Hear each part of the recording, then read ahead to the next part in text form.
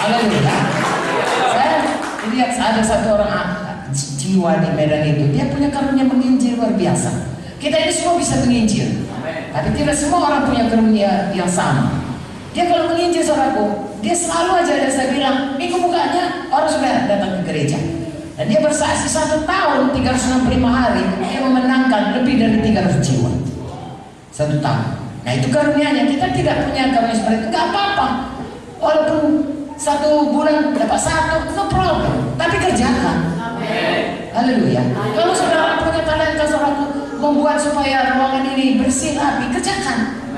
Kalau saudara tidak kerjakan, tidak ada yang lain, hanya saudara sebenarnya disuruh Tuhan, maka saudara kami di sini asal masuk kami bersih karena aku cuma acim. Besoknya sudah bilang. Tapi kalau sudah kerjakan, gak ada orang menghargai saudara, tapi Tuhan tahu, surga tahu apa yang saudara lakukan. Mungkin orang lain bisa mengerjakannya, tapi kalau bukan itu karunianya, tidak sebaik kalau saudara kerjakan. Berilah yang terbaik selalu kepada Tuhan.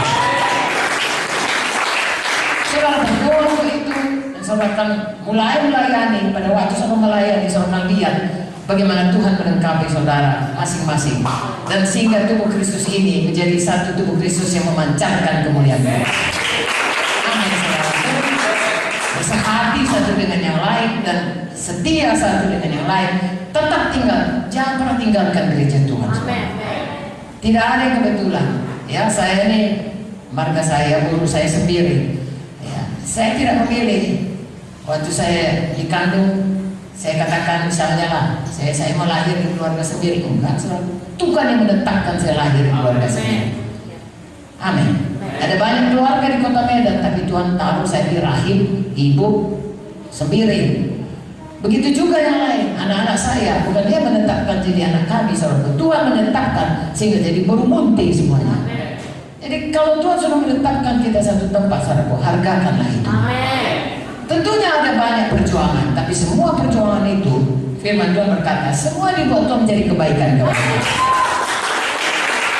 Jangan bersungguh-sungguh, jangan patah hati, jangan menyerah. Temukan kebaikan itu. Karena Tuhan tidak pernah bohong. Apapun yang terjadi dalam hidup kita. Haleluya.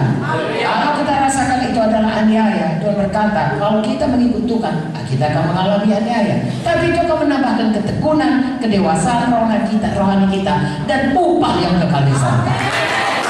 Jadi saudara, sekali lagi, saudara sungguh-sungguh saudara bertumbuh, dan kemudian apapun pelayanan saudara, tempat saudara, karunia saudara, kerjakan dengan segenap hati. Saya sangat suka ayat yang mengatakan 2 Tawarin 16 ayat 9a.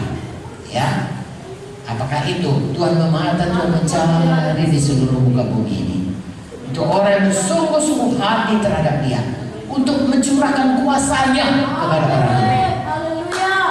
Haleluya. Mari kita bersungguh-sungguh hati semua saudara di GKI Ambon ini. Lalu nanti saudaraku, ada berapa penduduk kota Ambon ini? 0,5 juta, 1 juta. Mata Tuhan menilik seluruh kota Ambon. Dan dari situ dia lihat siapa bersungguh-sungguh hati dan mencurahkan kuasanya kepada orang itu. Dan akhirnya tidak ada orang bersungguh-sungguh hati dan tidak bersungguh-sungguh hati. Membaca buku Maleakhi mengatakan demikian. Sehingga kadang-kadang kita heran, ya, orang heran, kita pun heran. Kenapa saudaraku?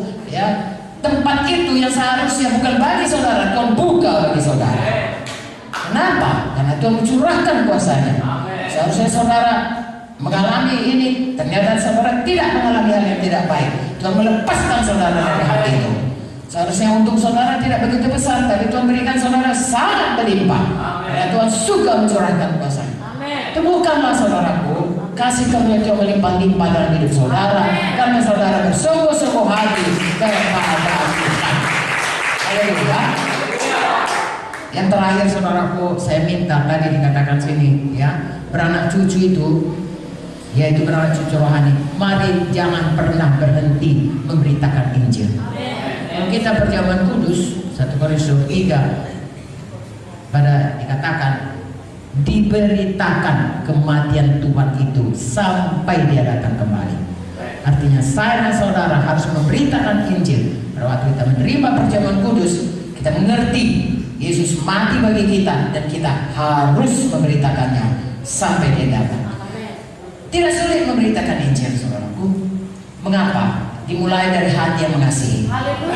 Mengasihi Tuhan, percaya betapa besar kasih-Nya, dan kita rasakan itu. Ya, saya selamat saudaraku pada waktu saya diajak kawan saya KKR kebaktian Paskah. Waktu itu Yesus, saudaraku, kor menyanyikan dan firman Tuhan, semua sudah kuserahkan bagimu. Apa yang kuserahkan bagiku?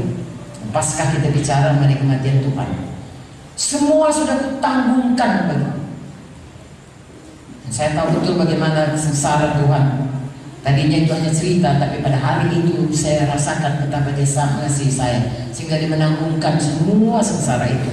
Apa yang kau tanggungkan bagiku? Semua sudah kuberikan, sudah kuserahkan, sudah kutanggungkan. Apa yang kau berikan bagiku? Apa yang kau serahkan bagiku? Apa yang kau tanggungkan? Saya menangis, saya katakan, Yesus Tuhan, seluruh hidupku Tuhan, untuk Tuhan, Kau juru selamat. Berseru saudaraku, tidak keluar berseru, tapi hati saya menjerit kepada Tuhan, air mata saya bercucuran. Saya rasakan satu beban dosa selama ini yang menggantoli diri saya, lenyap selama-lamanya, dan damai sejahtera Tuhan sangat membantu.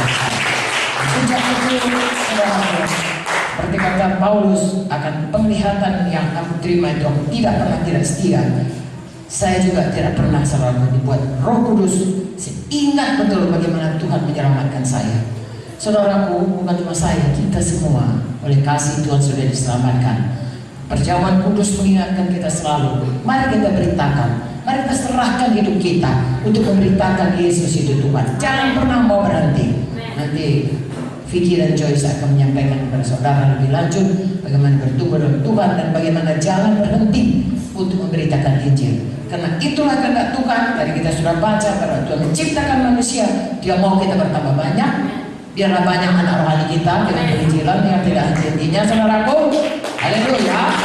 Biarlah kita berubah menjadi seperti Yesus dan kita dewasa. Amin. Dan biarlah kita dikembalikan Tuhan kuasa kepada kita. Kalau kita bersungguh-sungguh hati, Tuhan curahkan kuasanya kepada kita, dan hidup kita lebih daripada orang yang benar. Haleluya. Kita akan lihat saudara kemuliaan Tuhan dipancarkan dalam kehidupan kita pribadi, juga dalam gereja Tuhan. Dan dengan itulah saudaraku, kota Ambon melihat Tuhan Yesus, melihat kemuliaan Tuhan dalam hidup kita, dalam hidup kita, di dalam keluarga kita, dalam sekolah kita, dalam pergaulan kita, di dalam bisnis kita. Lalu Tuhan pada waktu Dia ditinggikan dalam hidup kita, maka Dia akan menarik orang datang kepada Dia. Itulah kesaksian kehidupan saudaraku yang berikan Tuhan. Ya, pada waktu Tuhan berkata, penuhkan dengan Roh Kudus. Memang kita bahasa roh, memang kita menginjil dengan urapan, tapi juga hidup yang diubahkan. Dan kesaksian itu lengkap kepada jiwa-jiwa, sehingga mereka tidak bisa lagi berdalih hanya karena mereka memang mengeraskan hati, tapi dari pihak kita kasih Tuhan mengalir.